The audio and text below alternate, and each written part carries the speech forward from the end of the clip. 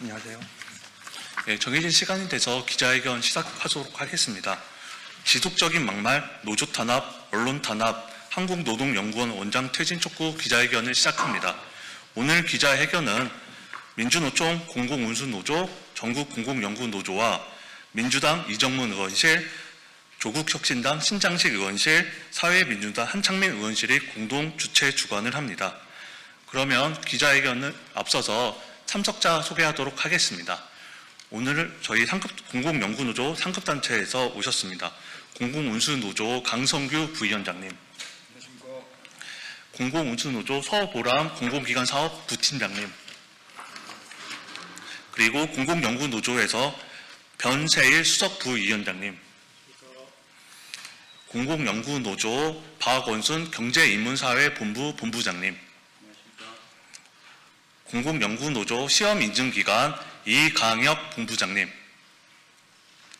공공연구노조 KTC 지부 이근재 지부장님, 공공연구노조 한국노동연구원 윤미래 지부장님이 참석하셨습니다. 그리고 국회의원 민주당 이정문 의원님이 참석하셨습니다. 그럼 기자회견을 시작하도록 하겠습니다. 그리고 저기 오고 계십니다. 사회민주당 한창민 의원님 참석하셨습니다. 그럼 기자회견을 시작하도록 하겠습니다. 첫 번째 취지 발언으로 공공운수노조 강성규 부위원장님의 발언 있도록 하겠습니다.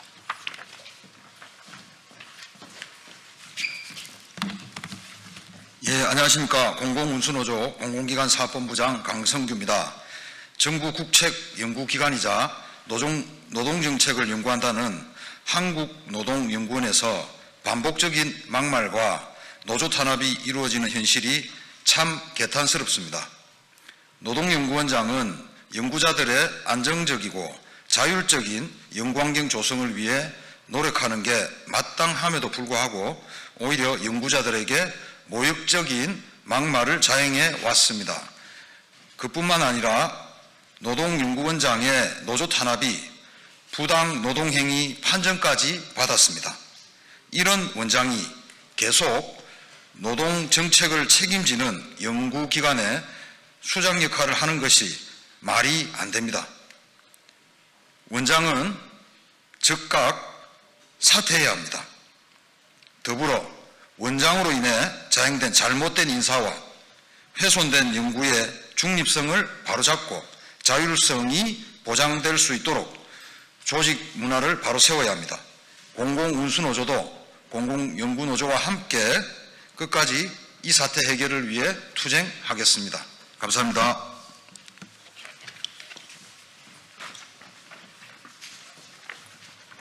다음은 공공연구노조 한국노동연구원 지부 윤미래 지부장님의 규탄 발언 듣도록 하겠습니다.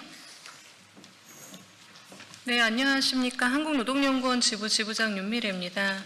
오늘 저는 노동의 가치를 연구해야 할 기관이 오히려 인권과 존엄을 짓밟는 공간이 되어버린 현실을 말씀드리기 위해 이 자리에 섰습니다. 현 노동연구원 원장은 공개석상에서 춤을 배워 춰봐라, 건방지다, 싸가지 없다, 김일성, 김정은 같다 등의 모욕적인 언행을 반복했고 노조활동에 대해서도 시간 지연용, 발목 잡기용으로 깎아내렸습니다.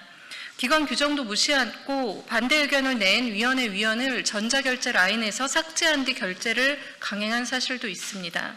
경고성 인사발령을 하겠다며 노조활동을 이유로 팀장을 강등시키고 노조에게 증거가 될 수 있다며 연구직에게 과제 책임을 주지 않았습니다. 원장의 폭언은 다른 직원들에게도 향했습니다. 개차반 같은 사람들이 있다, 도둑들이 제발저리고 있다, 싸가지 없다는 막말로 직원들의 존엄은 흔들렸습니다. 인건비 삭감 우려에 대해선 작년엔 더 받았으니 올해는 덜 받으면 된다면서 직원들의 일한 대가는 외면하면서도 정작 본인의 막말 때문에 비롯된 사안에 수천만 원의 기관 예산을 투입했고 본인의 직장 내 괴롭힘 의혹 방어를 위해 별도의 비용을 지출한 사실도 드러났습니다. 충남 진호위가 부당노동 행위를 인정했음에도 원장은 국가기관의 이행 명령을 거부하고 사과나 반성은커녕 언론의 사실 보도를 언론중재위 제소로 대응하며 언론 탄압으로 이어지고 있습니다. 노동을 연구하는 기관의 최우선 가치는 사람이라고 생각합니다. 그러나 이 기관에서는 노동 기본권은 훼손되고 노조 혐오, 언론 탄압, 권위주의가 인권을 짓밟고 있습니다. 노동연구원 원장으로서 더 이상 자격이 없습니다. 원장의 즉각 퇴진과 경제인문사회 연구의 파면 조치를 강력히 요구합니다. 노동의 가치와 언론의 자유, 노동자의 존엄이 되는 연구기관이 될 때까지 끝까지 싸우겠습니다. 감사합니다.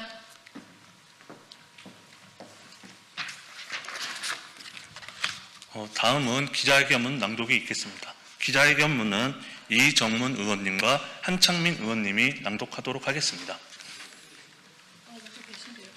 신장식 의원님 세 분이 낭독하도록 하겠습니다. 그러면 잠깐 이정문 의원님과 한창민 의원 잠깐 발언 짧게 듣도록 하겠습니다.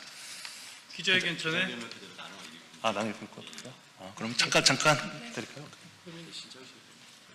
앞에 천장 다 하세요. 원래 제가 이 부분을 했던 거니까 여기까지 다 읽으셔도 그냥. 네.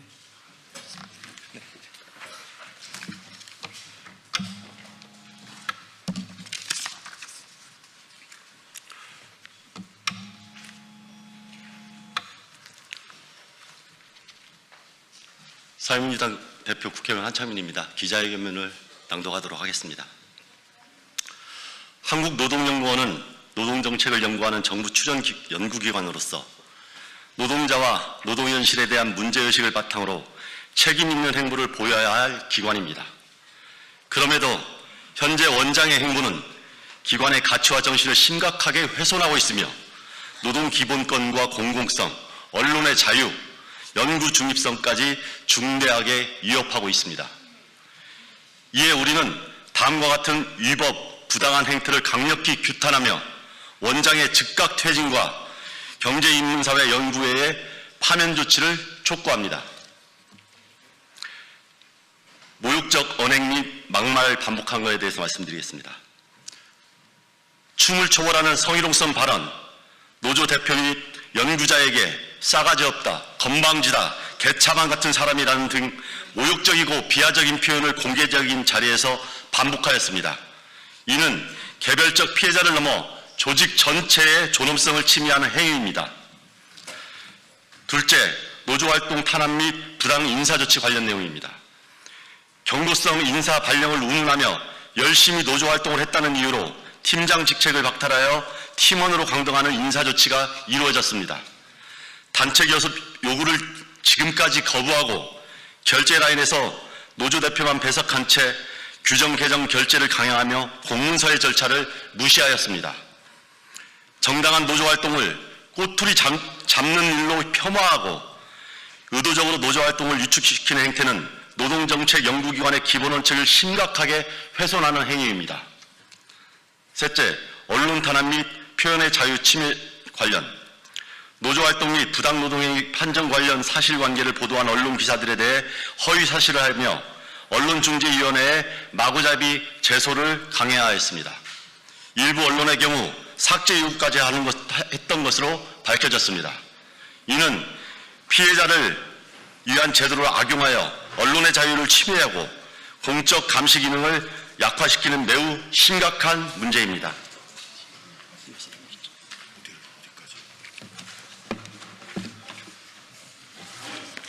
여기부터 하면 돼요? 예, 조국혁신당 신장식입니다. 예산 낭비 및 사적 유용 의혹도 있습니다. 막말 대응 등으로 수천만 원대의 노무비를 지출하고 자신의 직장 내 괴롭힘 관련 방어를 위해 쪼개기 계약 형태로 추가 비용을 지출했습니다. 이러한 예산 낭비는 연구원 실질 운영비 축소와 직원 근무 환경 악화를 야기할 뿐만 아니라 국민의 혈세로 운영되는 공공기관에서는 결코 있어서는 안 될 일입니다. 부당 노동행위 판정 및 책임 미이행 관련된 내용도 있습니다.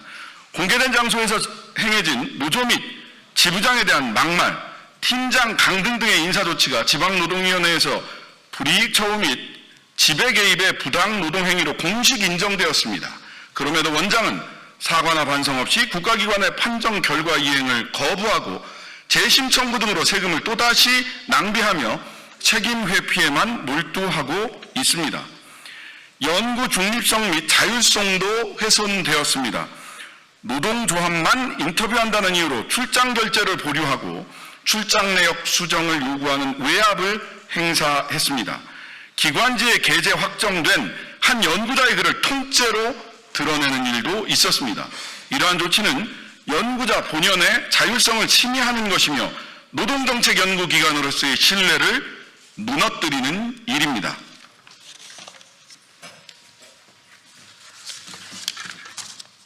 이에 우리는 다음을 요구합니다.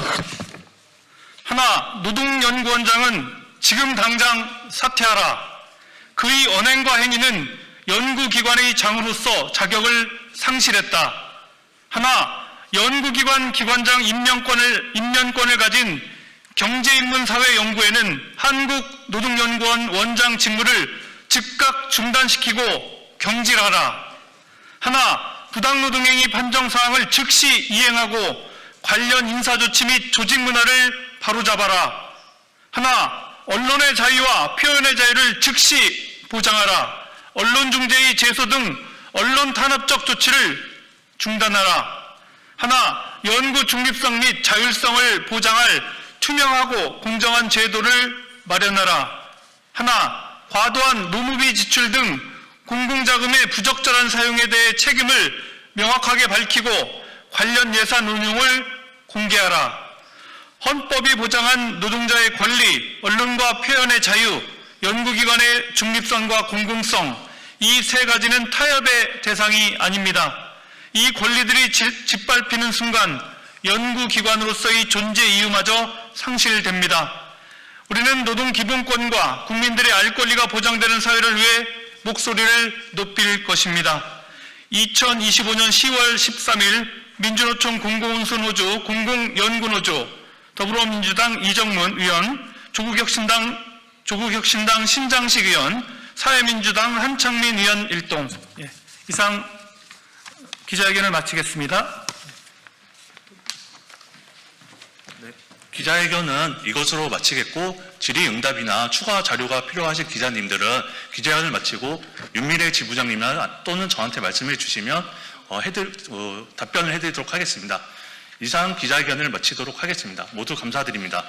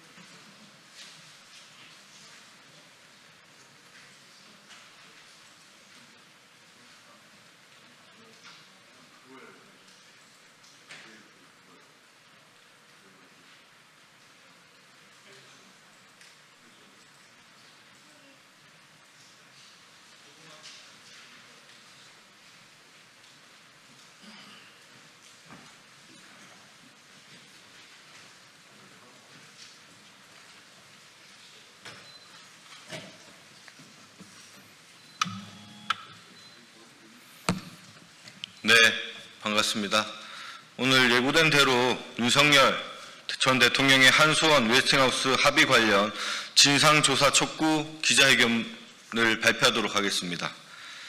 안녕하십니까. 국회 산업통상자원중소벤처기업위원회 소속 더불어민주당 국회의원 김동아입니다.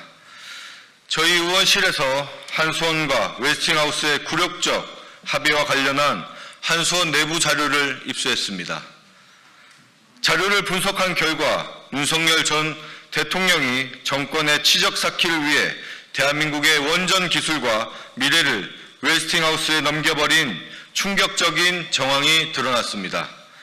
2014년 6월 윤석열 정권은 총선 참패, 김건희 논란, 최상병 특검 등으로 입지가 흔들리던 시기였고 정치적 위기 돌파를 위해 대규모 이벤트가 절실히 필요했습니다. 그 조급한 정치 퍼포먼스의 결과가 바로 대왕고래 프로젝트 발표와 체코 원전 수주 발표였습니다.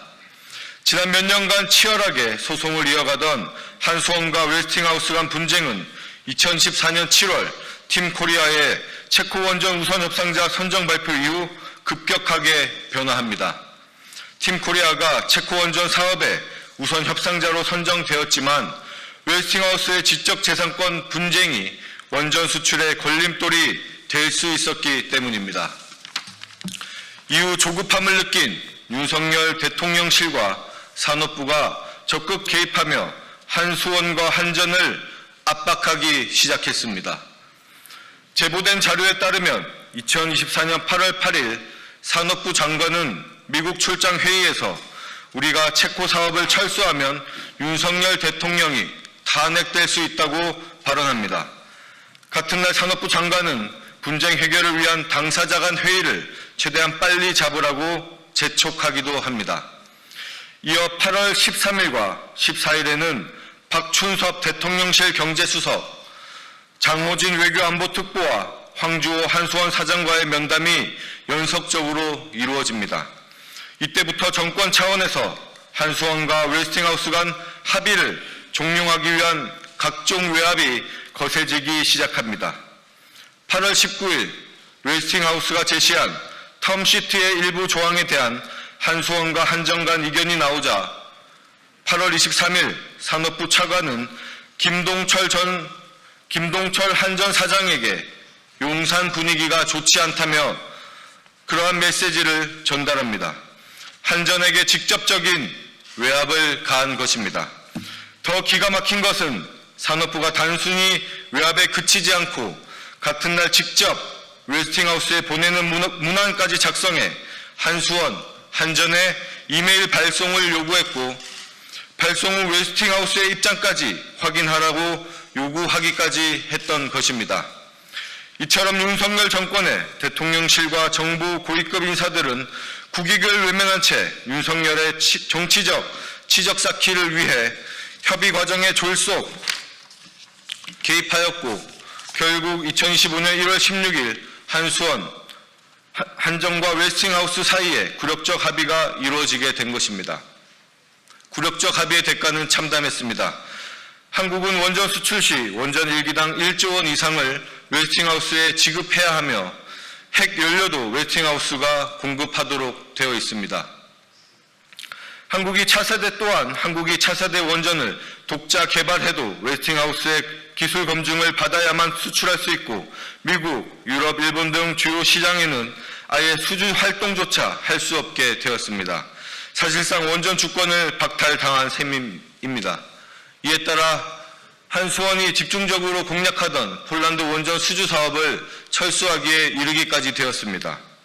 더욱 개탄한 사실은 한수원은 수년 동안 원전을 독자적으로 수출할 수 있다고 판단하고 있었다는 것입니다. 또한 국내 주요 로펌인 태평양, 광장, 율촌, 로고스, 하우 등도 설사 우리 원전에 웨스팅하우스의 기술이 들어가 있더라도 웨스팅하우스의 승인 없이 독자적으로 원전을 수출할 수 있다는 검토 의견을 제공했다는 것입니다. 만약 그대로 분쟁 절차가 진행만 됐다면 완전한 기술 자립이 이루어졌거나 적어도 지금보다 훨씬 유리한 조건으로 합의할 수 있었다는 뜻입니다. 그러나 조급한 윤석열 정권은 이런 유리한 분쟁 해결 기회를 포기하고 당장의 정치적 퍼포먼스를 위해 굴욕적 합의를 강행했습니다. 저는 이 매국적 합의에 전모를 명명백백히 밝히기 위한 국회 차원의 진상조사를 강력히 촉구합니다. 아울러 지난 12월 14일 윤석열 탄핵소추안이 국회 본회의를 통과하여 대통령 직무가 정지된 상태에서 올해 1월 무리하게 협약을 체결한 경위에 대해서도 철저한 진상조사가 필요합니다. 한수원과 한전은 이제라도 국회 증언 및 감정에 관한 법률에 의거하여 국회가 요청한 모든 자료를 즉각 제출해야 합니다. 또한 국가의 핵심 기술과 미래를 팔아넘기는 데 앞장선 당시 대통령실, 산업부, 한수원 한전 관련자들은 업무상 배임 혐의로 철저히 수사하고 관련 법에 따라 엄정히 처벌되어야 합니다. 대한민국의 원전 기술 자립과 미래를 위해 저는 윤석열 정권의 굴욕적 매국 협상에 전모를 끝까지 파헤치고 철저히 책임을 묻겠습니다. 감사합니다. 2025년 10월 13일. 네, 이상으로 기자회견문을 낭독을 마치겠습니다. 감사합니다.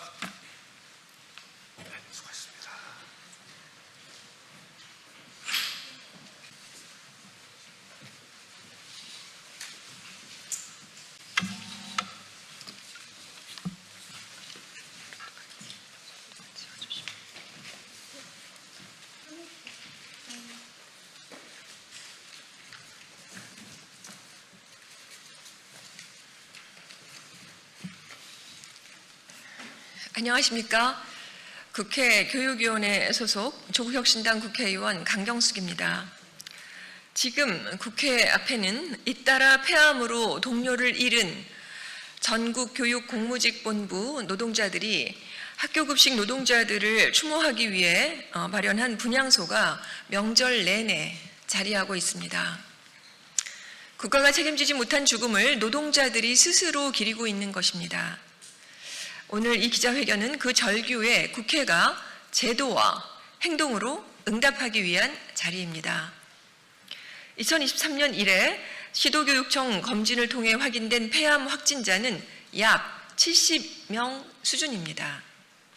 그러나 이미 퇴직하신 분들 중에서도 유병자가 계실 것을 생각하면 지난 10수년 동안 급식 노동으로 발생한 재해의 실제 규모는 추단하기가 쉽진 않습니다. 얼마 전 고 이영미 조리 실무사 선생님이 국가로부터 순직을 인정받은 직후 또 다른 급식 노동자의 사망이 이어졌습니다.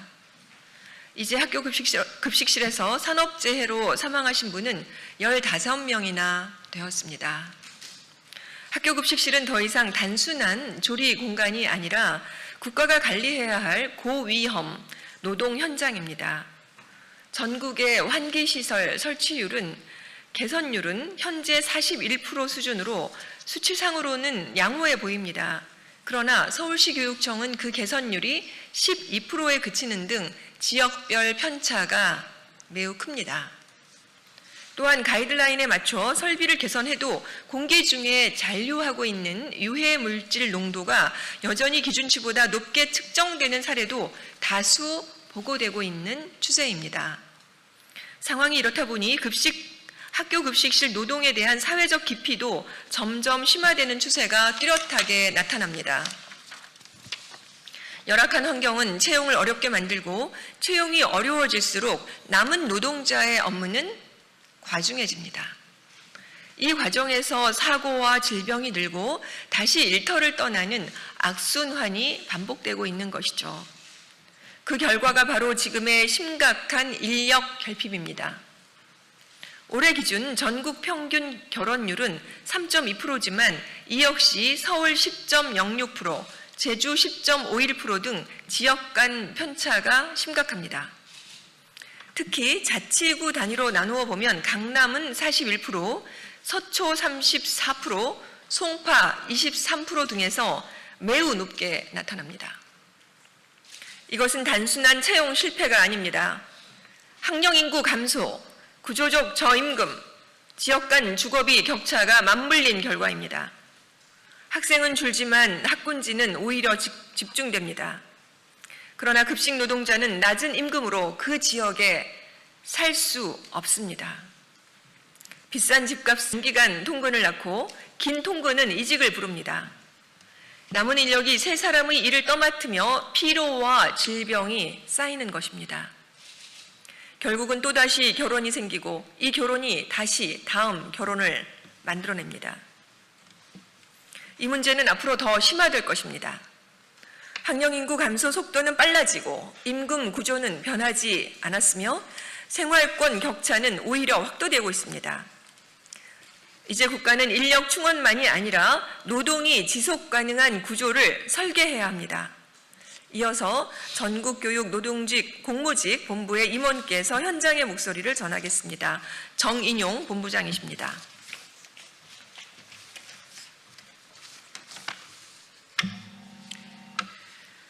안녕하십니까. 전국교육공무직본부 본부장 정인용입니다.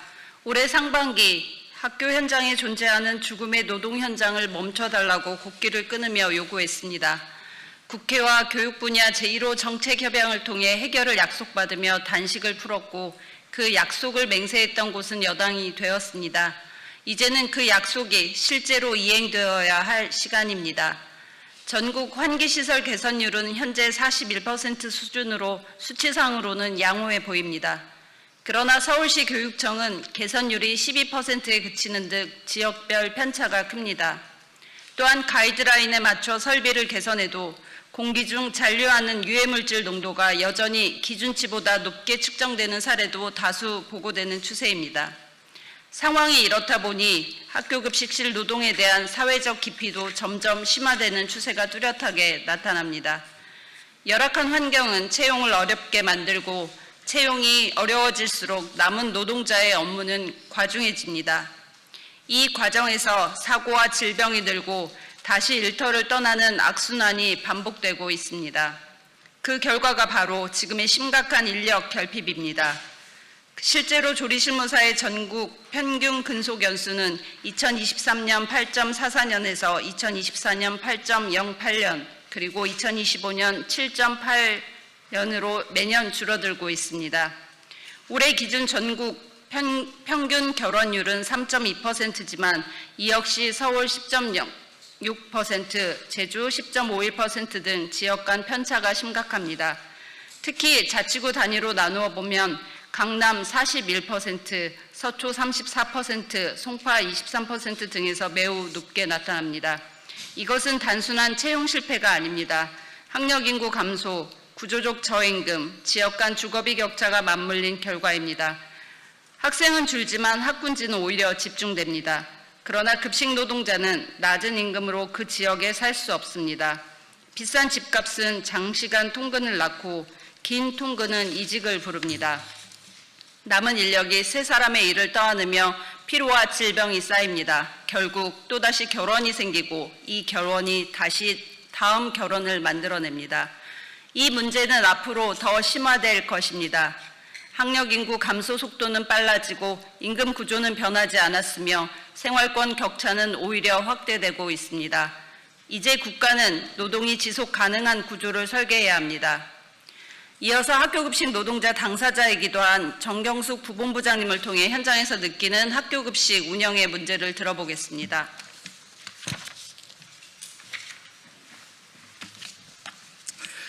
안녕하십니까. 전국교육공무직본부 부본부장 정경숙입니다. 며칠 전 국회 앞 분향소에 또 한 분의 영정이 놓였습니다. 며칠 전 저희는 그의 빈자리를 메운 사람들도 지금 같은 공기를 마시고 있습니다. 우리는 그분들의 죽음을 통계로 말하고 싶지 않습니다. 그들의 숫자가 아니라 얼굴이 있고 이름이 있고 아이들의 이름을 부르며 밥을 짓던 사람들이었습니다. 현장의 공기는 뜨겁습니다. 겨울에도 땀이 줄줄 흐르고 뜨겁고 매캐한 조리움이 자욱한 공간에서 하루 몇 시간씩 연기를 마십니다. 결혼이 생기면 한 사람이 몇 사람의 몫을 해야 합니다. 그 무게가 몸을 그리고 폐를 무너뜨립니다. 위험한 현장과 감당할 수 없는 노동 강도가 사람을 내모는 것입니다. 그래서 결혼은 한 해가 가도 줄지 않고 있습니다. 정부는 충원율을 말하지만 우리는 사람이 버틸 수 있느냐를 묻고 싶습니다. 지금의 구조에서는 누구도 오래 버틸 수 없습니다. 우리는 단지 일하고 싶습니다. 병들지 않고 숨 막히지 않고 아이들에게 따뜻한 밥을 내어주고 싶습니다. 그것이 그렇게 어려운 일입니까? 정부와 국회는 우리에게 희생의 직업이 아닌 지속 가능한 일터를 만들어 주시기를 바랍니다. 이제는 노동자의 생명이 행정 통계뒤로 사라지지 않게 해주십시오. 오늘 이 자리는 추모가 아니라 약속의 자리입니다. 죽음의 현장을 바꾸기 위한 그 약속을 지켜주십시오. 감사합니다. 네, 지금 이 자리에 함께 하고 계시는 여러분 그리고 학교 급식 노동자들께서는 아이들의 건강을 지키는 공공 노동자입니다.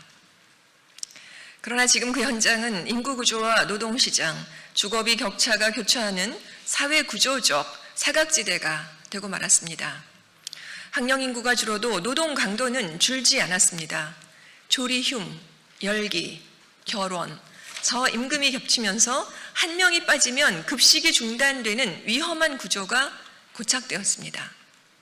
국회는 이 문제를 단순한 인력 문제가 아니라 교육복지, 노동안전, 지역균형의 구조개혁 과제로 다루겠습니다. 정부 또한 교육부, 노동부 등 관계부처가 함께 참여하는 범부처 학교급식 안전보건종합대책을 추진하고 지원을 병행해야 합니다. 국가가 직접 책임질 때 아이들의 건강한 한 끼가 비로소 안전해질 것입니다. 떠나간 고인들의 명복을 빕니다. 그리고 남은 노동자들의 생명과 안전을 반드시 지키겠습니다. 감사합니다. 이어서 자유발언 몇 분 급식 노동자 본인께서 하시겠습니다. 안녕하십니까. 전국교육공무직본부 인천지부 지부장 한혜경입니다. 저는 올해로서 학교급식 노동자로 일한 지가 20년 차입니다. 우리 학생들과 학교 교직원의 건강한 한 끼 밥을 마련하기 위한 학교 급식실 안에서는 저임금, 고강도, 압축노동을 하고 있습니다. 그리고 주어진 시간에 그 많은 인원의 양을 준비해야 되는 급식 노동자들은 충분한 인력이 아닌 부족한 인력으로 일을 하고 있습니다. 쉼없이 일하다가 폐암 산재로 죽은 일이 없도록 더 이상 내가 일하는 일터에서 내 동료를 잃는 아픔을 다시 한번 느끼지 않도록 정부와 국회가 나서주시기를 당부드립니다. 네, 반갑습니다. 전국교육공무직본부 대구지부 지부장 서춘아입니다. 학교 급식 노동자입니다. 고강도 노동, 저임금에 일하러 오는 사람이 줄고 일이 고되고 중도 퇴사 비율이 갈수록 높아지고 있습니다. 인력 충원이 시급합니다. 학교급식법 개정으로 정부가 책임지고 인력 충원을 해야 됩니다. 감사합니다. 네, 이것으로 기자회견을 마치겠습니다. 고맙습니다. 고맙습니다.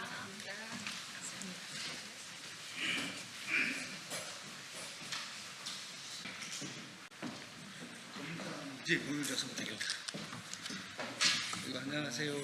안녕하세요. 네, 반갑습니다. 인천 서구병 검단을 지역구로 두고 있는 국회의원 모경종입니다. 오늘 수도권 대치매일지 4차 공모 마감에 지음하여서 인천 더불어민주당 국회의원들을 대표하여 오늘 3명이서 기자회견을 하게 되었습니다. 먼저 서정식 국회의원님 함께 하십니다. 이용우 국회의원님 함께 하시고 계십니다. 기자회견 낭독을 시작하겠습니다. 수도권 대체매립지 4차 공모마감, 인천시와 정부는 책임있게 후속 조치에 나서야 합니다. 지난 10일 수도권 대체매립지 4차 공모가 마침내 막을 내렸습니다. 3번의 공모가 무산되는 아픔 끝에 찾아온 소중한 결과이자 수도권 매립지 문제 해결을 위한 중차대한 분수령입니다. 그러나 어렵게 찾아온 기회를 또다시 과거에 실패한 방식으로 흘려보내서는 안 됩니다. 지금 필요한 것은 막연한 기대가 아니라 책임있는 주체들의 분명한 역할과 신속한 행동입니다. 이에 우리 더불어민주당 인천시 국회의원 일동은 300만 인천 시민의 염원을 담아 다음과 같이 3가지 사항을 촉구합니다.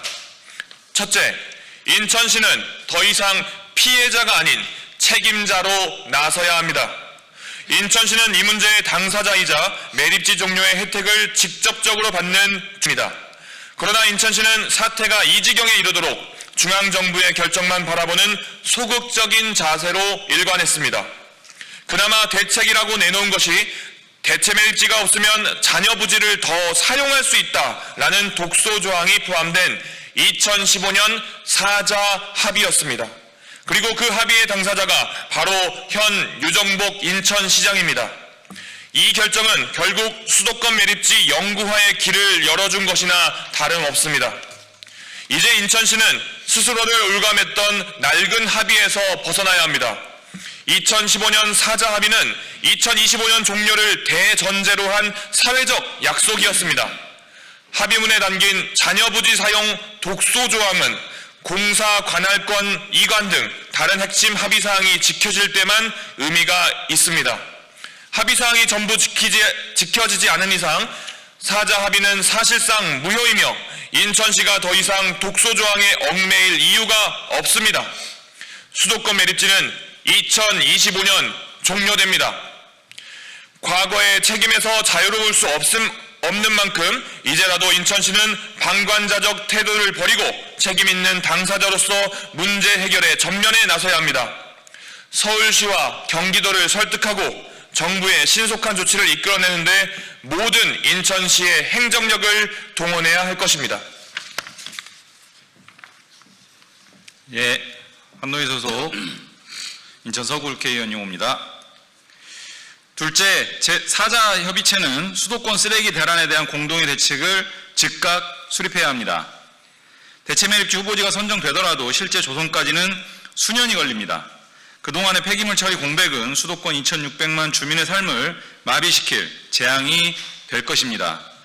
이는 명백히 예견된 위기이며 이를 방치하는 것은 기후에너지 환경부와 서울시, 경기도, 인천시 모두의 직무유기입니다. 4자 협의체는 수도권 매립지 종료 후부터 대체 매립지가 가동되기 전까지 수도권의 쓰레기를 어떻게 처리할 것인지에 대한 구체적이고 실행 가능한 공동의 계획을 수도권 주민 앞에 내놓아야 합니다. 셋째, 기후에너지 환경부는 대체 매립지 후보지를 신속하고 투명하게 검토해야 합니다. 이번 4차 공모는 공모 문턱을 낮추는 등 우여곡절 끝에 얻어낸 결과입니다. 정부는 이를 두고 또다시 장고를 거듭하거나 밀실에서 절차를 진행해서는 안 됩니다. 만일 이러한 시간 끌기와 밀실 행정이 반복된다면 이는 수도권 주민에 대한 명백한 기만행위가 될 것입니다. 검토를 명분 삼은 그 어떤 시간 지연도 결코 자시할 수 없습니다. 이제 우리 민주당 정부가 무책임으로 일관했던 과거 정부와 어떻게 다른지를 행동으로 증명해야 할 시간입니다. 더불어민주당 인천 국회의원 일동은 인천시와 정부가 300만 인천 시민들과 약속을 성공적으로 이행하도록 모든 역량을 동원해 뒷받침하겠습니다. 2025년 10월 13일 더불어민주당 인천시 국회의원 일동 감사합니다.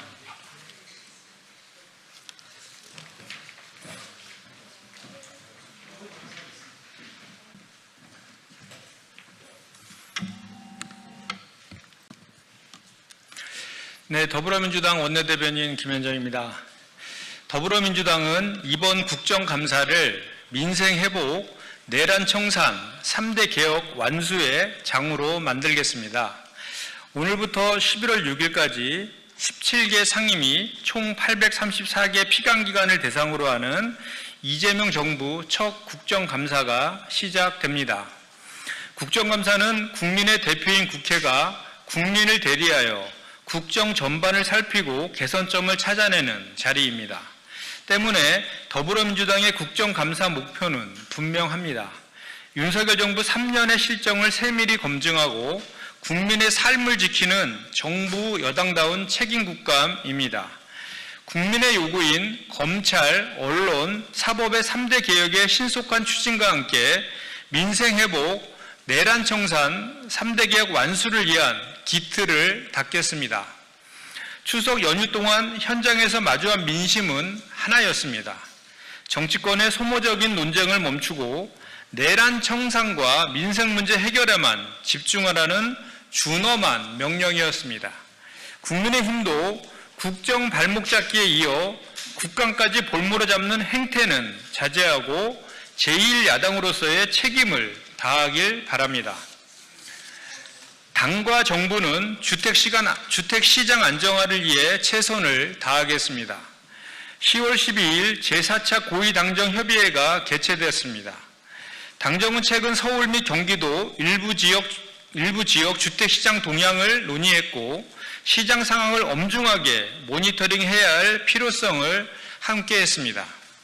특히 주택시장 불안은 서민 주거 안정을 해치고 소비 이축 등으로 경제 전반에 활력을 저해할 수 있는 국가적 현안입니다. 이에 주택시장 안정을 위한 근본적이고 종합적인 대책이 필요하다는 데 공감대를 형성하고 구체적 방안에 대해 당정이 함께 고민해 나가자는 데 뜻을 모았습니다. 그간 당과 정부는 6.27 대책과 9.7 공급 대책 등 주택시장 안정을 위해 최선을 다해왔습니다. 정부에서 이번 주 내에 주택시장 안정화 방안을 발표할 예정입니다. 주택시장 안정화 정책이 성공할 수 있도록 당정대가 하나로 뜻과 힘을 모아 나가겠습니다. 이상입니다. 수고하세요.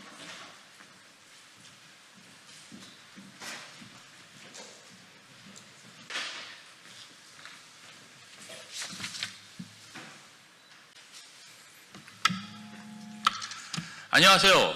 더불어민주당 대변인 김지호입니다. 검찰이 사건 조작, 증거 조작, 증언 조작 의혹 국정감사에서 철저히 규명해야 한다. 오늘부터 시작된 국정감사는 권력기관의 책임을 묻는 자리이자 검찰의 무너진 공정성과 신뢰를 회복할 마지막 기회입니다. 최근 드러난 수원지검의 연호회 술파티 증언 조작 의혹, 대장동 수사팀의 정영학 엑셀파일 조작 의혹, 남욱 검찰 진술 조작 의혹에 이어 이정섭 검사 처남의 마약범죄 증거물 훼손 의혹까지 제기되고 있습니다. 이는 검찰과 수사기관이 국민 위에 군림하며 스스로 법의 경계를 무너뜨리고 있음을 보여주는 심각한 사태입니다. 검찰이 증거를 만들고 진술을 짜맞추며 사건을 조작하고 경찰이 이를 훼손까지 했다면 그것은 단순한 부실이 아니라 권력형 범죄이자 정의에 대한 도전입니다. 검찰은 더 이상 침묵하거나 변명할 것이 아니라 국민 앞에 명확히 해명하고 전면적인 진상조사에 나서야 합니다. 민주당은 이번 국정감사에서 검찰과 수사기관의 사건 조작, 증거 조작, 증언 조작, 증거 훼손 의혹을 낱낱이 규명할 것입니다. 만약 검찰이 책임을 회피하거나 미온적으로 대응한다면 특단의 대책을 검토하겠습니다. 국민은 더 이상 정의의 칼을 빙자한 정치의 칼을 용납하지 않습니다. 검찰과 수사기관이 법 위에 군림할 수 없음을 확인하는 국감을 만들겠습니다. 김장겸, 김민아, 허위와 혐오로 정치하려는가? 여성 공직자 향한 인격살인, 즉각 사과하라. 국민의힘 김장겸, 김민아, 최은석 의원이 대통령실 김현지 부속실장을 향해 제기한 각종 의혹과 비난은 사실이 아닌 허위이며 정치적 목적을 노린 악의적 흑색 공세입니다. 저급한 허위 사실로 한 사람의 명예를 짓밟고 국민을 기만하는 이 같은 행태는 정치의 품격을 무너뜨리는 저급한 언행입니다. 김장겸 의원은 김현지 부속실장이 자신이 졸업한 신구대 인맥을 통해 김인호 산림청장 인선에 개입했다는 주장을 내놓았습니다.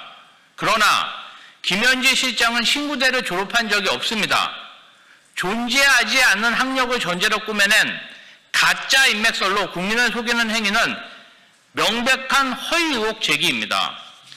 김민아 창원시의원은 SNS에 경제 공동체, 자식을 낳는 사이 등 도를 넘는 표현을 사용해 김현지 실장과 현직 대통령 가족을 모욕했습니다.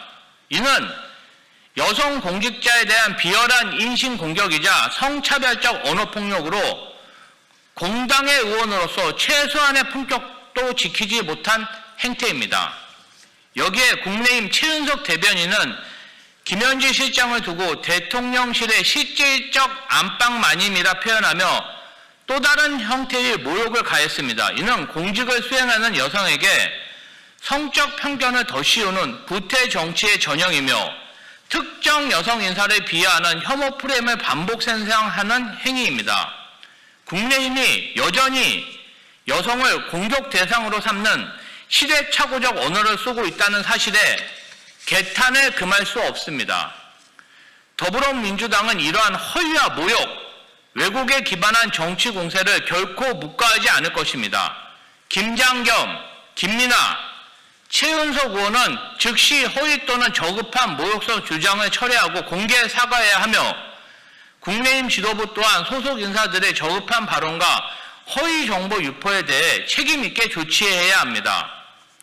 정치는 진실 위에 세워져야 합니다. 거짓과 조롱으로 상대를 공격하고 여성 공직자를 폄하하는 정치는 민주주의의 적입니다. 국민의힘은 지금이라도 허위와 혐오의 정치를 멈추고 국민 앞에 진실과 책임으로 서야 할 것입니다. 더불어민주당 대변인 김지호였습니다. 감사합니다.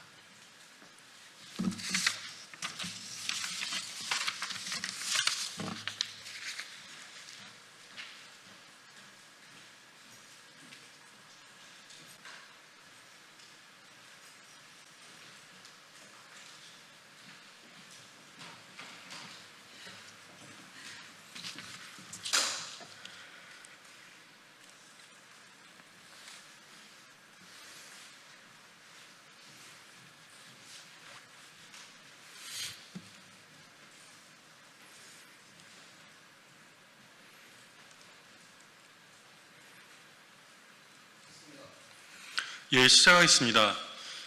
진보당 수석 대변인 홍성규입니다. 두 가지 말씀드리겠습니다. 첫 번째입니다. 뻔뻔한 조희대 대법원장, AI가 작성한 인사말입니까? 지적을 겸허히 받겠다면 즉각 사퇴부터 해야 합니다. 그것이 사법부 독립의 전제 조건입니다. 국정감사에 출석한 조희대 대법원장의 인사말은 처음부터 끝까지 뻔뻔함으로 가득 찼습니다. 지난 5월 대선을 코앞에 둔 시점에서 온통 비상식, 비정상으로 초고속 진행되었던 오직 윤석열 내란 일당을 옹호할 목적만을 노골적으로 드러냈던 사법 쿠데타에 대한 그 어떤 소명도, 사죄도, 성찰도 찾아볼 수 없습니다. 마치 아무 일도 없었다는 식의 이 파렴치한 인사말은 AI에게 작성을 맡기기라도 한 듯 합니다. 취임 이래 오직 헌법과 법률에 따라 직무를 수행했고 정의와 양심에서 벗어난 적 없다는 그 극악한 오만을 강력히 규탄합니다. 정말로 우리 국민들의 지적을 겸허히 받아들이겠다면 삼권 분립과 사법부 독립을 존중하는 헌법 정신을 지키겠다면 지금 즉시 사퇴하는 것 외에 다른 길은 없음을 똑똑히 경고합니다.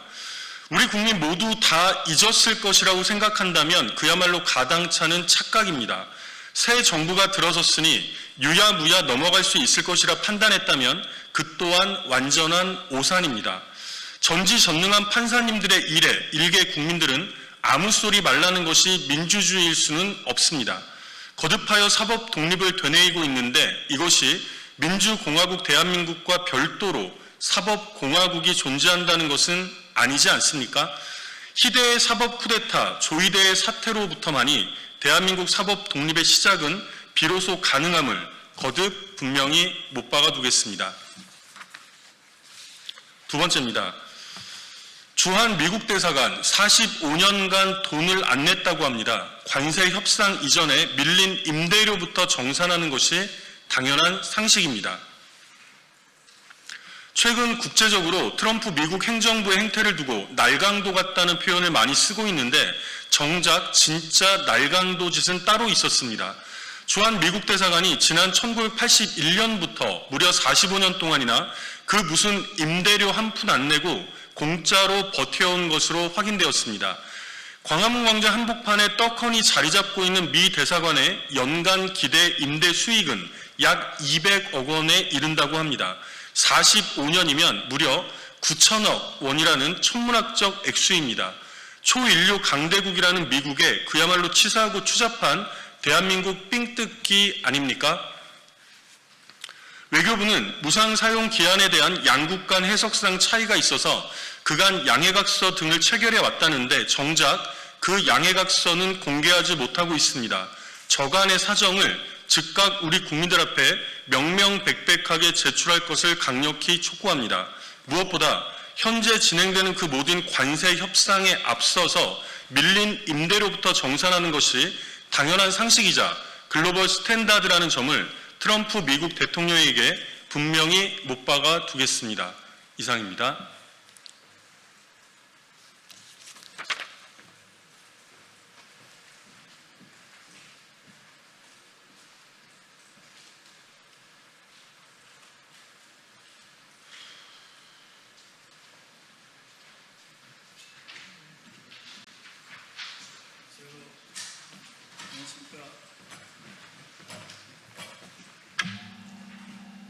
드려야지. 이거 드려야 좀 쉽지 않으신가?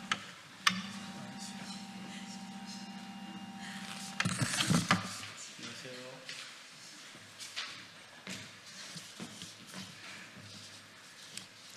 안녕하십니까.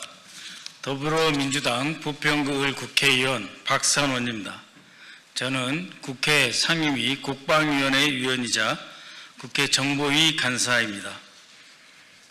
오늘은 윤석열 정권의 국가정보원과 방첩사가 지난해 내란 기획 과정에서 서로 긴밀하게 협조를 했을 것이다 라고 하는 접촉에 관한 기자회견입니다. 윤석열 정권 국정원과 방첩사의 수상한 접촉, 즉시 자체 조사하여 진상을 규명하고 책임자를 처벌해야 합니다. 존경하는 국민 여러분, 저는 오늘 12.3 내란 이전 국가정보원과 방첩사령부의 수상하고 빈번한 고위급 조촉과 관련해서 두 기관, 즉 방첩사와 국가정보원 모두 철저한 자체 조사와 진상규명을 촉구하기 위해 이 자리에 나왔습니다. 잘 아시다시피 충암파 여인영 장군이 사령관으로 있던 방첩사는 12.3 내란에서의 중추적인 역할을 담당했습니다. 특히 여인영 사령관은 12월 3일 밤 윤석열의 지시를 받은 당시 국정원 1차장 홍 장훈에게 전화를 받고 정치인 체포를 지원해달라고 요청하였습니다. 이러한 사실을 홍 장훈 1차장이 조태용 원장에게 보고를 하자 조태용은 전혀 놀라는 기색이 없이 내일 얘기하자라고 말했습니다. 이게 무슨 뜻입니까?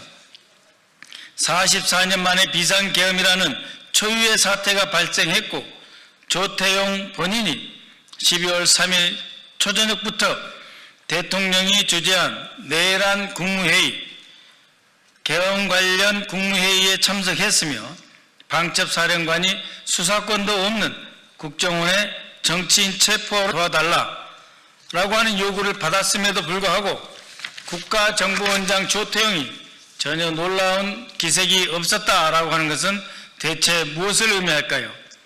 이것은 바로 조태용 원장이 12월 3일 당일 비상계엄을 알고 있었다는 것이 아니고 훨씬 전부터 비상계엄을 알고 있었다는 것을 강력하게 시사하는 것입니다. 미리 알고 있었기 때문에 놀라지 않았던 것이죠.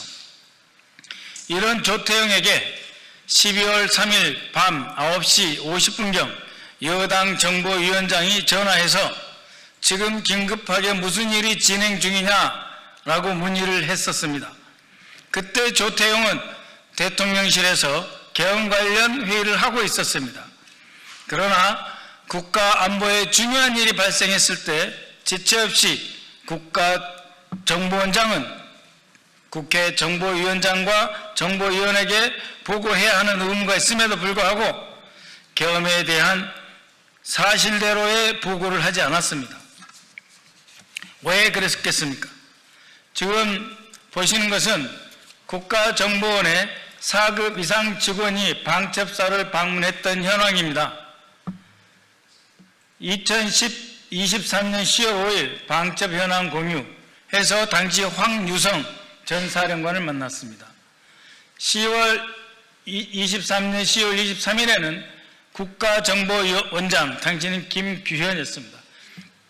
국가정보원장이 방첩사령부를 방문해서 황유성 전 사령관을 만났습니다. 그리고 24년 10월 30일엔 정보예산 확인차 국가정보원 감사관실 관계자가 또다시 방첩사의 사업관리실장을 만나기 위해 방첩사에 방문하였습니다. 23년 11월 14일 안보교육 초빙 강연을 빌미로 황원진 당시 국정원장 특별보좌관이 여인영 사령관을 만났습니다. 그 이후 3급 이상 고위급이 방첩 현안 공유라는 이름으로 여인영 전 사령관을 계속해서 만났습니다.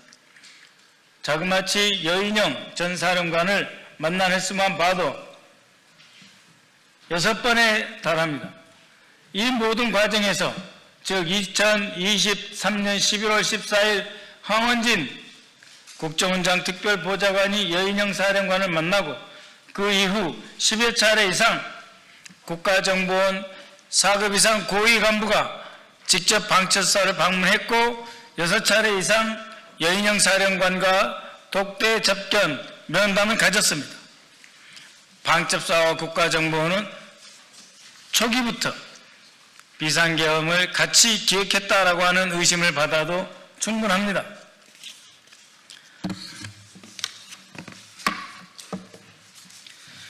이외에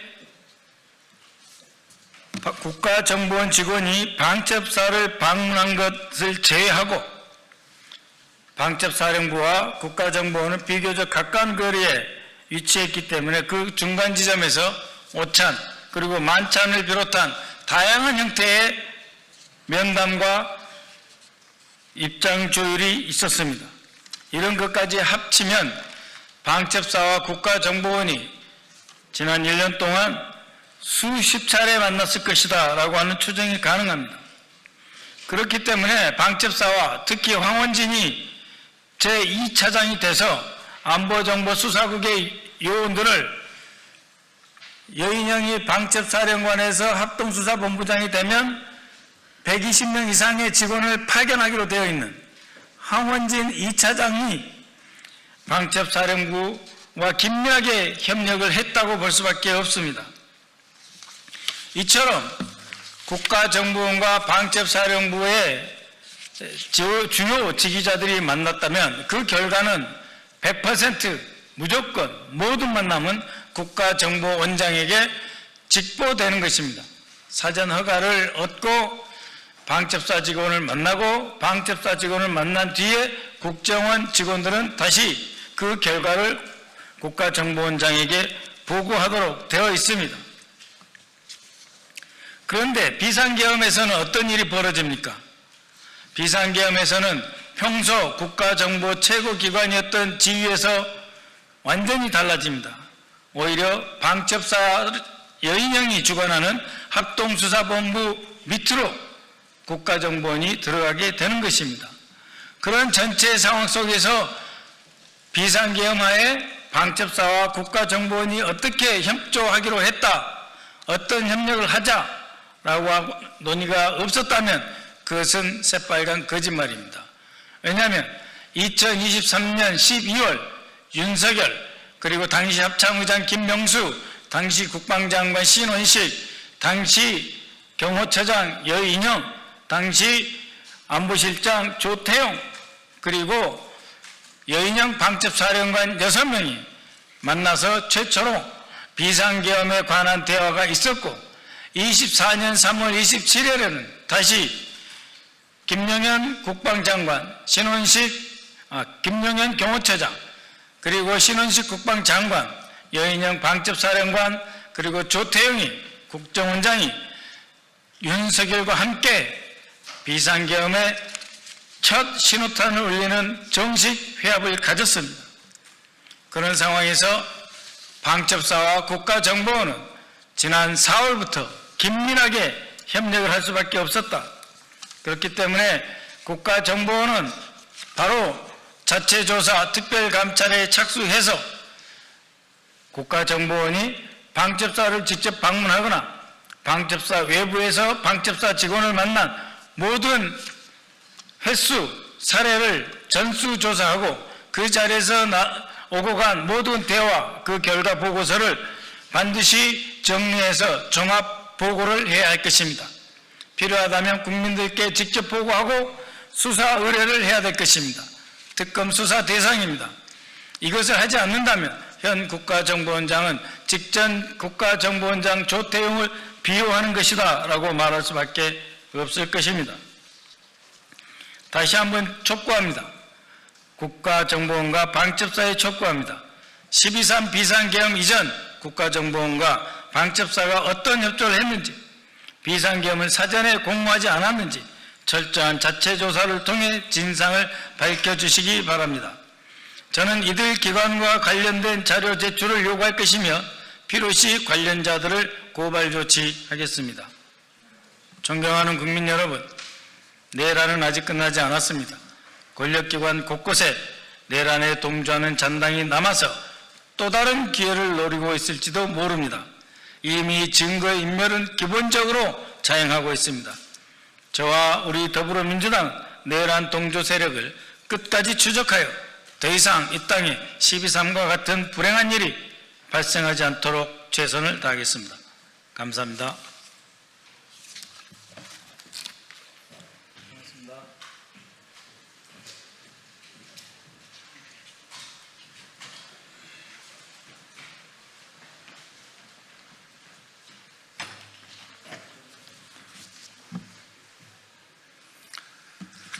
안녕하세요. 더불어민주당 대변인 김지호입니다. 계엄 관련자 3,600명 수용 가능, 삭제 문건 복구, 민주주의를 겨냥한 박성재, 윤석열식 국민처단 음모 철저히 밝혀야 합니다. 박성재 전 법무부 장관의 지시 이후 작성됐다가 삭제된 계엄 관련자 3,600명 수용 가능 문건이 복구됐다는 보도는 단순한 행정 기록이 아닙니다. 이 문건은 윤석열 전 대통령 시절 계엄 포고령 초안에 등장한 포고령 위반자는 즉시 처단한다는 표현과 맞물리며 정치적 반대자와 국민을 향한 조직적 구금 탄압 계획의 실체를 드러내고 있습니다. 3,600명 수용 가능이라는 숫자와 포고령 위반자 처단이라는 문구가 결합될 때 그 의미는 명확합니다. 이는 국가 비상사태를 빙자해 정적과 국민을 대상으로 한 폭력을 사전에 준비한 정황이며 헌정 질서를 무너뜨리는 명백한 내란적 행위로 볼 수밖에 없습니다. 헌법과 법률의 보호를 받아야 할 국민을 포고령 위반자로 규정하고 그들을 처단을 대상으로 삼았습니다. 여기에 구체적으로 3,600명 규모의 구금 계획까지 세웠다면 그것은 국가 권력을 이용한 조직적 인권 유린 음모입니다. 삭제된 문건이 복구됐다는 사실은 권력이 진실을 감추려 한 은폐의 흔적을 보여줍니다. 박성재 전 장관이 이를 통상적인 계엄 업무 지시라고 주장하는 것은 국민을 기반하는 변명일 뿐입니다. 문건 삭제를 통해 조직적으로 은폐를 시도한 순간 이 사항은 행정착오가 아닌 의도된 민주주의 파괴 시도로 규정될 수밖에 없습니다. 특검은 복구된 문건과 계엄 포고령 초안의 모든 내용을 투명하게 공개하고 윤석열 전 대통령과 박성재 전 장관을 포함한 관련자의 지시 보고 체계를 철저히 규명해야 합니다. 국회 또한 이번 사항을 국정감사에 철저히 다뤄 권력기관이 국민을 적으로 규정하고 탄압하려 한 내란적 행태를 끝까지 밝혀야 합니다. 포고령 위반자 처단과 3,600명 수용 가능, 이 두 문장은 민주주의를 향한 폭력의 설계도를 상징합니다. 더불어민주당이 이 땅의 자유와 헌정을 지키기 위해 끝까지 진실을 추적하고 반드시 책임을 물을 것입니다. 친일하면 3대가 흥한다라는 말을 우리 사회에 뿌리 뽑겠습니다. 이재명 대통령은 지난 현충일 추념사에서 국가와 공동체를 위한 희생이 합당한 보상으로 돌아오는 나라, 모두를 위한 헌신이 그 어떤 것보다 영예로운 나라가 돼야 한다. 이재명 정부는 책임과 의무를 다하겠다며 위국 헌신에 대한 국가의 책임과 의무를 밝힌 바 있습니다. 이에 법무부가 10월 10일 친일 반민족 행위자 이해승의 후손들을 상대로 서울지방법원에서 약 78억 원의 부당이득 반환 청구 소송을 제기했습니다. 친일재산규속법에 따라 1904년 2월부터 해방일인 1945년 8월 15일까지 친일파가 일제에 협력한 대가로 얻은 재산은 국가에 귀속됩니다. 또 대법원은 2024년 친일 반민족 행위자의 재산 소멸시효 주장에 대해 허용 불가의 판결을 내렸습니다. 법무부는 과거 2020년 6월 이해승의 후손들을 상대로 경기 의정부 호원동 18빌지 환수소송에서 대법원의 승소 판결을 받아낸 이력이 있습니다. 친일파 이해승의 후손들은 이제라도 선대의 친일 행적을 자성하며 국가의 근본을 바로 세우는 일에 협조해야 합니다. 이해승이 어떤 인물입니까? 1910년 한일 병합의 공로로 일제로부터 후작 자기를 받고 일제의 조선통치 합리화를 선전하며 우리 민족을 전쟁태로 내면 천인 공로할 매국노입니다.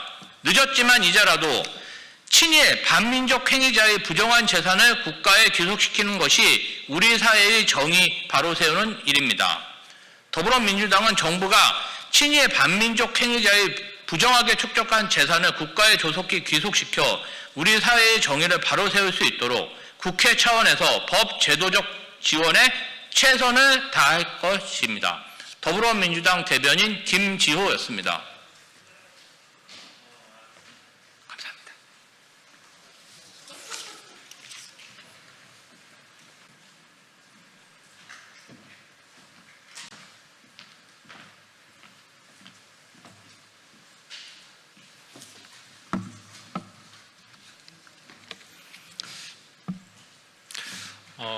조국혁신당 부대변인 박창규입니다. 오늘 대법원장의 법사위 출석 관련한 부분 그리고 양도로 관련 부분에서 두 가지 짧게 논평하도록 하겠습니다.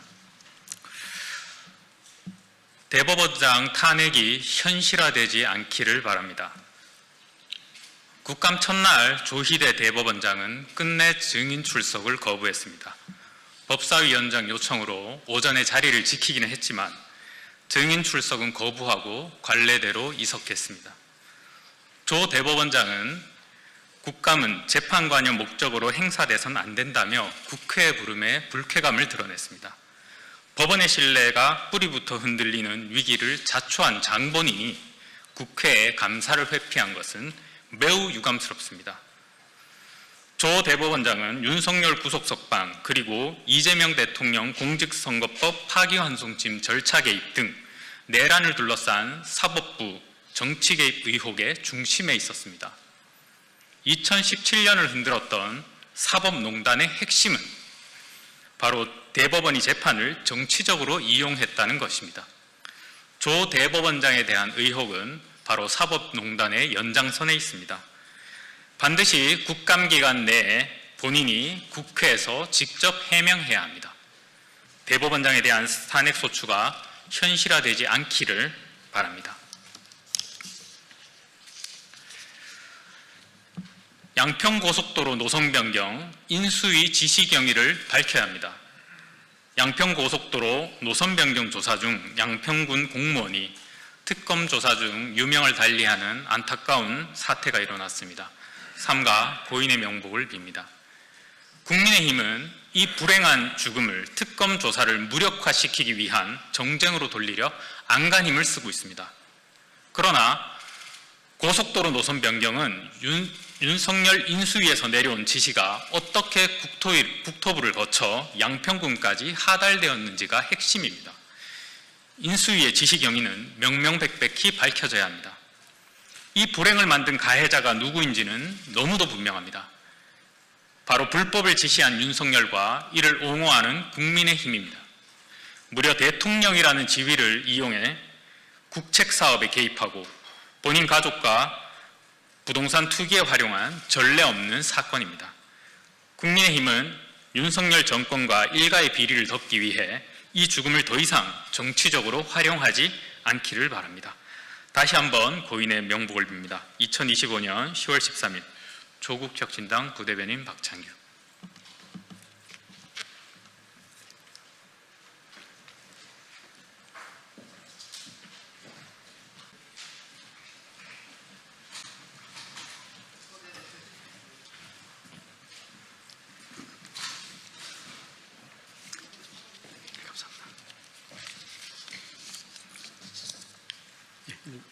한번 보시죠. 보시죠.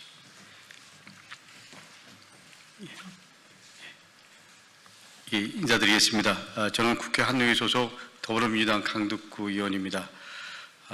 저는 오늘 이랜드의 불법 파견 그리고 위장 도급 의혹에 대해서 이랜드의 입장을 촉구하고 그리고 이랜드가 반성해야 된다라는 입장을 갖고 이 자리에 섰습니다.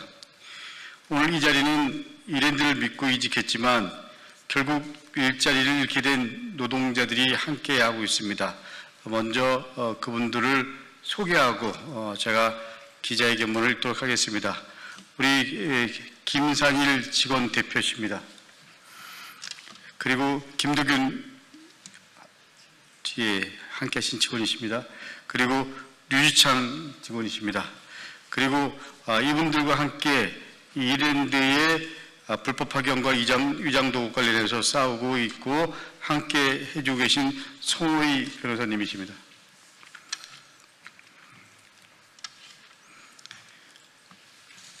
이랜드 리테일이 한 부서를 떼서 링크앤 플랫폼이라는 회사를 만든 뒤 그 회사를 청산하는 식으로 노동자를 쫓아냈다는 의혹이 최근 보도됐습니다.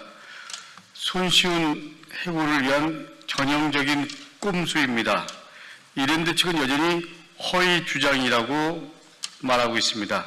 이랜드는 회사는 의류 판매 부분을 위탁 운영하기로 했고 당시 이랜드 리테일 대표이던 석창현 대표가 개인적 차원에서 링크앤 플랫폼을 설립했다고 밝히고 있습니다. 이랜드의 변명이 진실이라면 이랜드는 석창현 전 대표에 대해서 법적 조치를 취하는 것이 맞습니다. 생각해 보십시오. 대표이사가 퇴임하며 회사의 핵심인 영업 조직을 이끌어 나가 업체의 회사를 설립하는 행위는 기존 회사의 사업 기반 자체를 무너뜨리는 명백한 배임입니다. 그럼에도 이랜드는 이러한 불법 행위에 대해서 어떠한 법적 조치도 취하지 않고 오히려 해당 회사에다 5년짜리 계약을 하면서 그 일거리를 몰아주고 기반이 잡히도록 사업을 도와줬습니다. 이랜드는 처음부터 치밀하게 기획해서 조직적 위장 분사한 것임을 스스로 인정한 것이나 마찬가지입니다. 위에도 이랜드의 변명을 반박할 근거는 차고도 넘칩니다. 링크앤 플랫폼의 설립 준비는 이랜드 리테일 사내 건물에서 진행됐고 설립 진행 사항은 사내 이메일을 통해서 직원들에게 공유됐습니다. 이랜드는 협력업체인 링크앤 플랫폼 직원의 업무에 대해서도 영영영 팀장을 담당자로 지정하라. 금주까지는 모 팀장이 해달라며 특정인과 업무 기간까지, 업무 내용까지 명시하면서 지시했습니다. 이런 원청의 실질적인 지휘 감독을 보여주는 그런 증거가 여러 개 있습니다. 더욱이 이랜드는 지난 주말 의원실을 찾아와서 이 문제에 대해서 사후 해결 방안으로 직원들이 이랜드에 더 이상 법률상 사실상의 이의 제기를 하지 않으면 그리고 협력한다면 이랜드는 석창현 대표와 협의해서 이들에게 새로운 일자리를 주선하는 등 상생 방안을 찾기 위해서 적극적으로 노력하겠다고 밝혔습니다. 한마디로 더 이상 문제 삼지 않고 입을 다문다면 회사가 일자리를 구해줄 노력은 해보겠다라는 말입니다. 이랜드를 믿고 이직한 직원들을 대상으로 협박하는 것입니다. 이러한 표현을 국회에 들고 와 나름 방안이라고 설명하는 것은 국민을 대표하는 국회를 기만하는 행위입니다. 이랜드에 분명히 경고합니다. 이랜드가 돈 몇 푼 아끼고자 온갖 꼼수를 부릴 때 이랜드를 믿고 따른 직원의 생계는 무너졌습니다. 그리고 그 직원의 가정마저 무너질 상황에 놓여 있습니다. 아직도 이랜드는 아무런 반성이 없습니까? 이랜드의 촉구합니다. 이랜드를 믿고 이직한 직원들을 위한 실질적인 대책이 급합니다. 마련하십시오. 저는 이랜드를 믿고 이직한 이 직원들이 다시 복직할 때까지 함께 할 것입니다. 우리 이랜드 노동자들의 발언을 듣도록 하겠습니다. 이 링크앤 플랫폼 직원 대표 김산일입니다. 저희는 과거 이랜드 리테일 본사 소속으로 근무했던 직원들이었습니다. 이랜드 리테일은 2020년경 기존 영업조직을 분사해서 링크앤 플랫폼을 신설하였고 당시 본사 임원들은 이랜드와 동일한 업무를 지속하며 10년간 안정적으로 근무할 수 있다고 권유했습니다. 상식적으로 누가 이랜드라는 대기업을 떠나 신생회사로 함부로 옮기겠습니까? 저희는 그 약속을 믿고 이동했습니다. 그러나 이후 설명회에서는 10년 계약은 불공정 거래 문제가 될 수 있어 5년에다가 추가 5년으로 계약을 바꾸겠다. 링크앤 플랫폼으로 분사하더라도 이랜드 리테일 의류시유 내에서는 별도의 영업조직은 절대 만들지 않겠다라는 약속 안내가 이루어졌습니다. 이는 당시 조은재 본부장이 영업총괄 전 직원에게 직접 설명한 내용이며 인사팀의 한민정 과장 또한 동일한 취지로 설명하며 분사 이동을 권유했습니다. 이처럼 회사의 고위 관리자와 인사 담당자가 동일한 설명을 반복했다는 점에서 조직적인 행위가 있었음을 알 수 있습니다. 또한 이랜드는 PB 매니저들의 퇴직금 청구 소송을 2021년에 있었던 사건이라며 이 사건과는 무관한 문제로 호도하고 있습니다. 하지만 실제 소송 제기는 2020년 이루어졌고 그 판결은 21년에 선고된 사건이었습니다. 이랜드는 당시 매장주 퇴직금 반환 소송에서 그 매니저들의 근로자성이 인정될 경우 막대한 퇴직금을 지급해야 하는 상황이었고 이를 회피하기 위해서 그 영업조직을 링크의 플랫폼으로 분사를 시도하였고 그 매장주와의 계약을 중간관리 계약 형태로 바꿔 법적 책임을 회피하려 한 것입니다. 이는 실질은 동일하지만 외형만 분리한 전형적인 위장도급 구조였습니다. 이랜드는 또 링크앤 플랫폼은 석창현 대표가 설립한 독립적 회사라고 주장하지만 설명회 당시까지 대표이사가 선정되지 않았다는 사정이 이랜드 임원들 간 주고받은 메일에서 확인되고 있으며 도급계약서상의 이랜드 리테일의 대표이사는 석창현, 링크앤플랫폼 대표이사는 김만수로 기재되어 있어 이랜드 측의 석창현 대표 개인 설립이라는 주장은 명백한 허위 주장입니다. 또한 업무 지시, 인사관리, 성과평가가 이랜드 본사 이메일을 통해 이루어진 사실이 다소 확인되고 있습니다. 이는 이랜드가 실질적 사용자로서 지휘 명령권을 행사한 불법 파견 구조임을 보여주고 있습니다.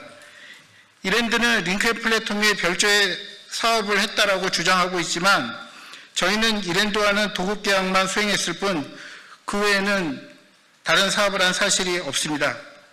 최근에 이랜드가 석창현 대표를 통해 이랜드가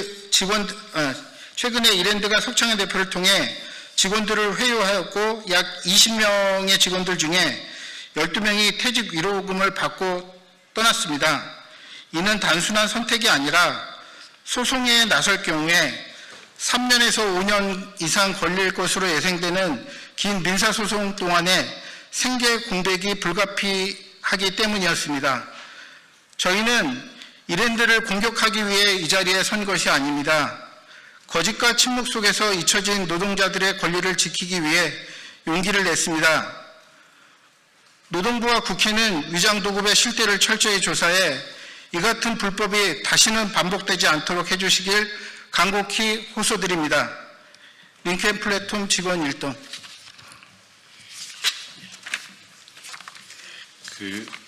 언론인 여러분께 진심 어린 부탁드립니다.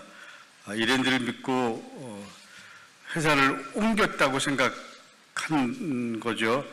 이 순박하고 순진한 노동자의 생존 그리고 가족들의 최소한의 기본적인 삶이 보장될 수 있도록 적극적인 관심 부탁드립니다.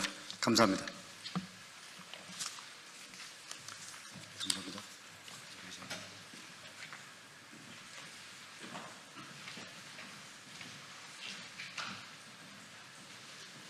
안녕하세요.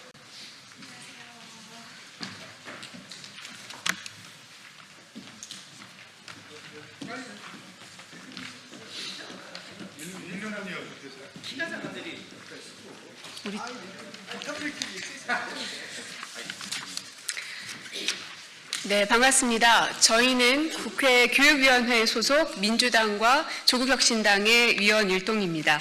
먼저 오신 분들 소개해 드리겠습니다.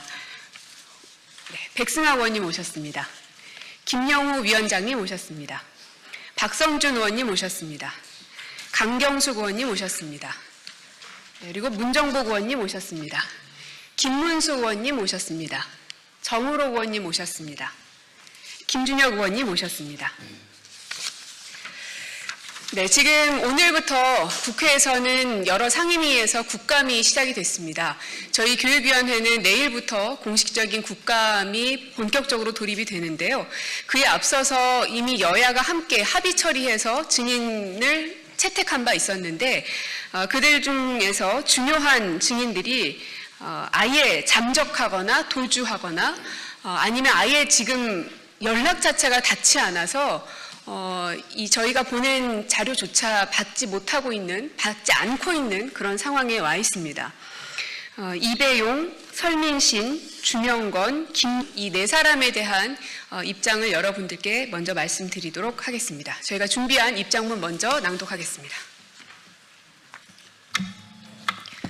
네, 여야가 합의로 채택한 국회 교육위원회 국정감사 핵심 증인들이 출석을 거부하고 있습니다. 김건희 농단, 매관매직 의혹 등의 당사자들이 진실규명을 회피하기 위해서 국회법 절차를 무시하고 뻔뻔하게도 잠적 내지 도주를 택하고 있는 것입니다.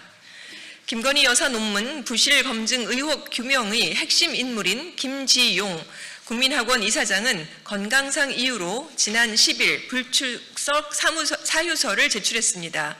폐쇄 공포증 등을 사유로 들었는데 불과 4개월 전까지만 해도 미국 현지를 방문해서 40개 해외 대학과의 교류 일정을 왕성하게 수행한 점을 감안하면 국감 불출석을 위한 허위 증세가 아닌지 심히 의심하지 않을 수 없습니다. 김주용 위원장이 2022년부터 3년 연속 불출석한 누범이기 때문에 의심을 거둘 수가 없는 것입니다. 김건희 여사 논문 대필 의혹 당사자인 설민신 전 한경국립대 교수는 23년과 24년에 이어 올해도 불출석하겠다고 사유서를 제출했습니다. 지난달 29일 국회 교육위원회에서 여야 합의로 증인으로 의결하자 기다렸다는 듯이 하루 만인 30일 병원을 찾아 우울증 진단서를 발급받아 국회에 출석하지 못하겠다고 버티고 있습니다. 세종호텔 노사분규 관련 증인으로 채택된 추명건 세종대학교 명예이사장도 질병을 사유로 미국으로 출국하며 불출석 사유서를 제출했습니다. 근거북이 매각 매직 의혹으로 온 세상을 떠들썩하게 한 이배용 전 국가교육위원장의 행태가 가장 과관입니다. 국가교육정책을 책임지는 위원회의 수장임에도 불구하고 매각 매직 의혹이 불거지자 무단 결근하며 잠적하고 사표를 낸 이배용 위원장은 증인 출석 요구서도 수령하지 않고 버티고 있습니다. 국가교육위원회 행정실 직원들이 출석 요구서 송달을 위해 자택으로 두 차례나 찾아갔으나 어디로 잠적했는지 이배용 위원장을 만날 수 없었습니다. 금거북이 매각 매직 의혹 당사자인 이배용 위원장은 오늘 김건희 특검팀의 소환 조사에도 불응했습니다. 이배용 위원장의 불출석은 국회법과 특검법이 정한 절차를 무시하는 위법임은 물론 국민에 대한 최소한의 양심도 없는 후안무치한 행동입니다. 일기 국교위를 이끌었던 위원장으로서 본인 스스로 교육자를 인식을 하고 있다면 국회에 출석해 근거북이 매각 매직 의혹에 대해 떳떳하게 해명해야 할 것입니다. 국회 교육위원회는 오늘 오전 김지용 국민학원 이사장, 설민신 전 한경국립대 교수, 주명건 세종대 명예이사장, 이배용 전 국가교육위원장 등 4인에 대해 공시송달 절차를 진행했습니다. 요구서의 수령을 회피할 목적으로 도망 또는 잠적함이 명백한 경우 등에 해당한다고 판단해 국회법에 따른 보충적인 송달 절차를 재차 진행한 것입니다. 위 증인들은 국정감사에 출석해 김건희 농단, 매각 매직 의혹 등 국민들께서 제기하고 계신 물음에 답할 책임이 있습니다.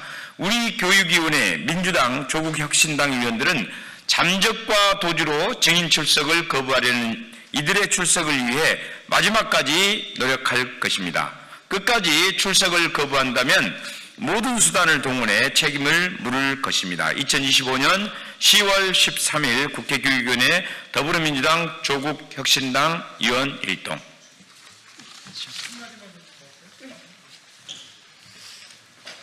네, 국회교육위원장 김영호입니다. 네, 내일 예고된 우리 국정감사에 주요 증인 다수가 이제 불출석을 통보해 와서 오늘 이렇게 기자회견을 하게 됐습니다. 주요 핵심 관계자들을 면면을 보면 그래도 대한민국을 대표하는 대학의 법인 이사장, 또 국립대학교 교수, 국가교육위원회 전 위원장, 정말 대한민국의 교육의 현 주소를 보는 것 같아서 매우 씁쓸한데요. 일부는 상습적으로 4년 연속, 3년 연속 국정감사를 회피하고 있습니다. 얼마나 지은 죄가 많기에, 얼마나 국민을 우습게 보기에, 또 얼마나 국민 보기가 낯뜨거우면 국정감사에 못 나온 것이겠습니까? 특히 이들에게 우리가 의심과 의혹을 보낸 여러 가지 범죄 행위는 정말 교육계에서 있어서 안 될 일들입니다. 배임, 횡령, 성비위, 직권남용 등등 정말 우리가 풀어야 될 여러 가지 실체를 밝히기 위해서라도 이 몇 분들은 이번 국정감사에 반드시 출석해서 국민들의 명령에 응해야 합니다. 김지용 이사장 같은 경우는 쌍용 전 기업의 총수의 아들입니다. 쌍용은 망했지만 아직도 김지용 이사장은 재벌 행세를 하고 다니면서 정말 외유도 호화 외유를 하고 있다라는 여러 가지 지적이 있습니다. 아무리 돈이 많더라도 국정감사 한 번 안 나오고 벌금 몇백, 몇천 내면 그만이지 이런 아니라는 생각을 갖고 있는 것 같은데요.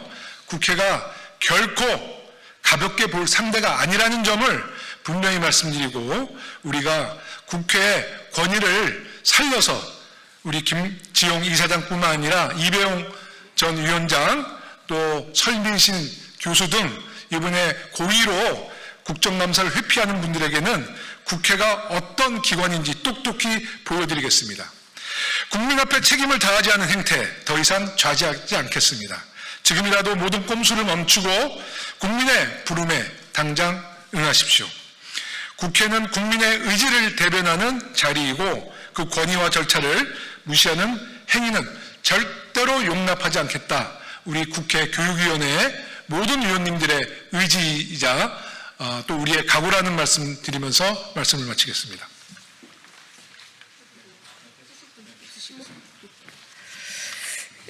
끝으로 한 말씀만 더 드리자면 지금 이배용 씨 같은 경우는 여야가 합의해서 증인으로 채택한 사람입니다. 저희 민주당이 단독으로 채택했거나 생떼를 부리거나 그런 사안이 아닙니다. 국민의힘 의원들조차도 이배용 위원장이 직접 국민 앞에 나와서 금거북이 매건 매직에 대한 입장을 밝히고 사과를 하는 것이 마땅하다는 데에 동의를 했기 때문에 증인 채택에 동의하지 않았겠습니까? 그럼에도 불구하고 저희가 직접 자택을 방문했는데도 아무도 누가 있는지 확인조차 할 수가 없었고 이후에 등기 송달도 했는데 받아지지 않았고요. 오늘 아침에 다시 자택을 방문했는데 여전히 감감무소식이고 공시 송달 절차도 오늘 아침에 진행을 했습니다. 그리고 심지어는 오늘 그 보도에 의하면 특검에서 소환 통보를 했지만 불응했다는 기사들 보셨을 겁니다. 건강상의 이유라면서 변호인을 통해서 입장을 밝힌 걸로 알고 있는데요. 그래서 저희도 변호인에게 접촉을 했고 그러나 변호인은 오전에는 문자로 답을 주겠다라고 답을 하더니 오후에는 변호인조차도 잠적한 상태입니다. 도대체 이배용 씨는 어떤 죄가 그렇게 크고 국민 앞에 나서는 것이 두렵길래 이렇게 잠적하고 있는 것인지 모르겠고 앞에 위원장께서 말씀하신 것처럼 저희 국회가 할 수 있는 모든 수단과 방법을 다 동원해서라도 국민들 앞에 세울 것을 다시 한번 말씀드리겠습니다. 네, 이상 마치겠습니다.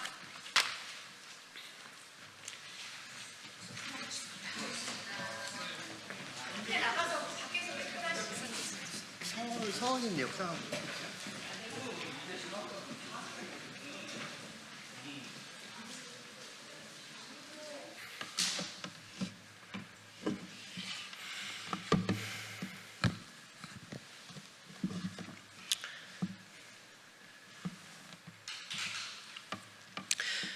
개혁신당 대변인 정이한입니다.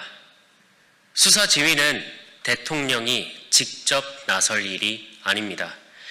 대통령이 진행 중인 수사에 대해 백혜룡 경정을 합동수사팀에 파견하라는 구체적인 지시를 내렸습니다. 물론 마약 범죄는 엄정하게 다뤄야 합니다.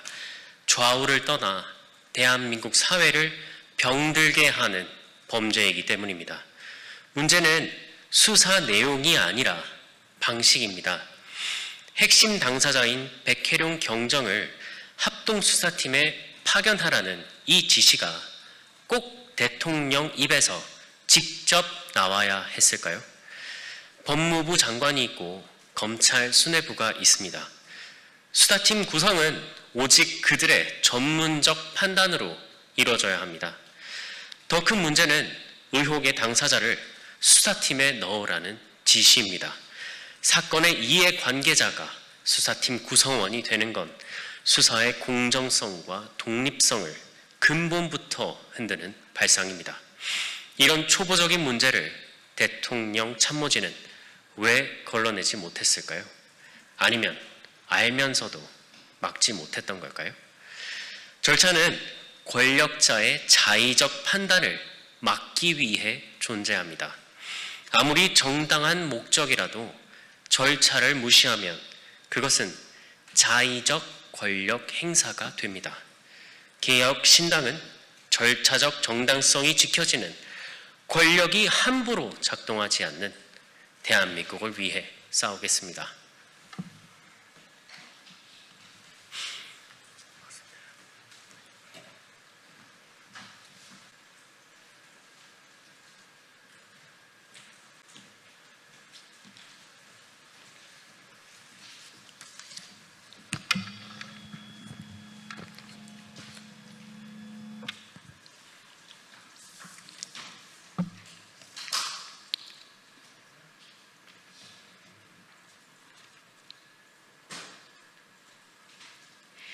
네, 진보당 브리핑 시작하겠습니다. 진보당 대변인 이미선입니다. 캄보디아에서 일어난 20대 한국민 납치 사망 사건, 피해 국민 확인 및 보호에 총력을 다해야 합니다. 최근 캄보디아에서 우리나라 20대 청년이 납치되어 사망한 사건이 국민들에게 큰 충격을 주고 있습니다. 전국 각지에서 유사 신고가 잇따르며 피해 규모조차 파악하기 어려울 만큼 상황은 심각합니다. 치안이 취약한 외국에서 우리 국민의 안전을 위협하는 중대한 범죄가 계속되고 있습니다. 이 범죄는 고액 아르바이트를 미끼로 청년들을 유인해 보이스피싱 등 범죄에 가담하도록 강요하고 납치와 감금을 일삼는 글로벌 조직의 소행으로 확인되고 있습니다. 캄보디아뿐 아니라 필리핀, 태국, 미얀마 등 치안이 허술한 국경 지역에서 이들 조직이 활개치고 있다고 합니다. 오늘 국회 국정감사에서도 이 사건이 핵심 쟁점으로 떠오르며 정부 대응 체계와 재외국민 보호 시스템의 허점이 강하게 지적됐습니다. 정부는 상황을 엄중히 인식하고 있다고는 하나 우리는 8월에 피해자가 사망하기 전 구조하지 못한 허점에 참담함을 금할 수 없습니다. 조금이라도 일찍 움직였다면 목숨을 구할 수 있었을지 모른다는 안타까움이 큽니다.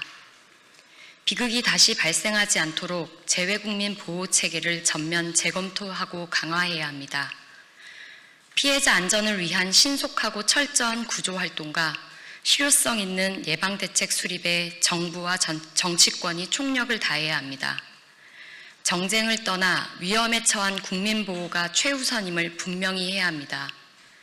특히 해외 국민 보호를 위한 컨트롤타워 기능을 강화해 상황을 더욱 신속하게 파악하고 위기 발생 즉각 대응, 정보 공유가 원활히 이루어져야 합니다. 국민 생명에 걸린 문제에 무책임하거나 안일한 태도는 절대 용납될 수 없습니다. 국제 공조를 포함한 다각적 대응 역량을 획기적으로 높이고 피해자 지원과 재발 방지에 전력을 기울여 주십시오. 이 끔찍한 범죄 앞에서 국민이 더 이상 억울한 피해를 입지 않도록 정부가 책임 있는 자세로 신속하고 단호하게 행동할 것을 강력히 촉구합니다. 이상 브리핑 마치겠습니다. 고맙습니다.